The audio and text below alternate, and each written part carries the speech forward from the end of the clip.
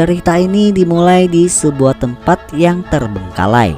Tiba-tiba badai pasir yang kemudian menyelimuti kebangkitan dari Minotaur, sang manusia banteng yang menjadi penjaga labirin itu.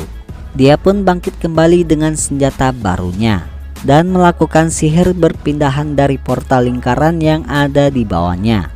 Sementara itu di sebuah runtuhan hutan F kuno, Karina yang mendapatkan kekuatan barunya mendatangi sebuah portal sihir yang ada di sana.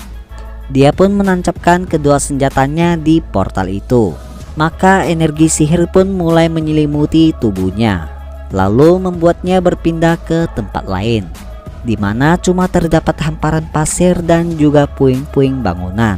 Kemudian tiba-tiba saja dia pun mendapatkan sebuah serangan mendadak dari bebatuan langsung menuju ke arahnya.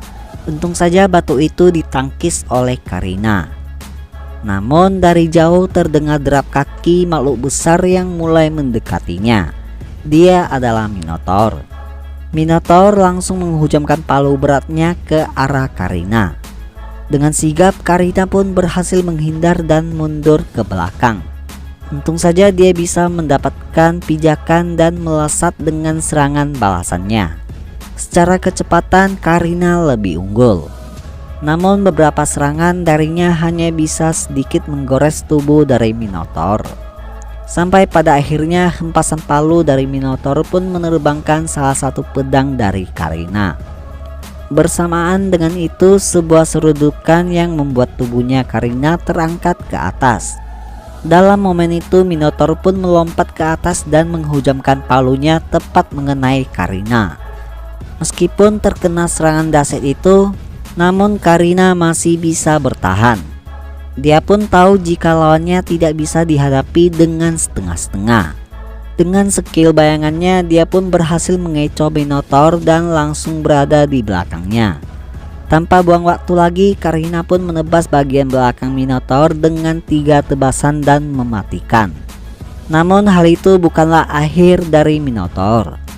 Dengan melepaskan energi rahasia yang tersimpan di dalam tubuhnya, Minotaur pun berubah seketika, di mana tubuhnya membesar dan juga kekuatannya mulai berlipat ganda.